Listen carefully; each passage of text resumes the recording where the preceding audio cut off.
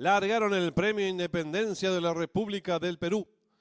Trata de enseñar el camino al participante número 1, Gran Timbero, le toma pequeña ventaja al número 3, Curioso, gana terreno por fuera el número 6, Pico Fino, más abierto lo hace el número 7, Ayrton. Los competidores están enfrentando el codo, asume el comando del lote el número 6, Pico Fino, le toma cuerpo de ventaja ahora al número 3, Curioso, tercero se desempeña el participante número 7, Ayrton, gana terreno rápidamente el número 8, Azabache, entre ambos el 5, Superrealismo, y los competidores de la sexta carrera se prestan a hacer el ingreso a la recta final. Últimos 400 metros para el disco. El número 6, Pico Fino. Cuerpo y medio de ventaja sobre el número 5, Superrealismo. Tercero se desempeña el número 8, Azabache. Descuenta ya los últimos 300 metros para el disco. Va a haber lucha en la delantera. El número 6, Pico Fino. Cuerpo de ventaja sobre el número 5, Superrealismo, que va en su búsqueda. Tercero se desempeña el número 7, Ayrton. Descuenta ya los últimos 100 metros de carrera. Continúa la lucha en la delantera. Por dentro el número 6, Pico Fino. Por fuera el número 5, Superrealismo. Pocos metros para el disco.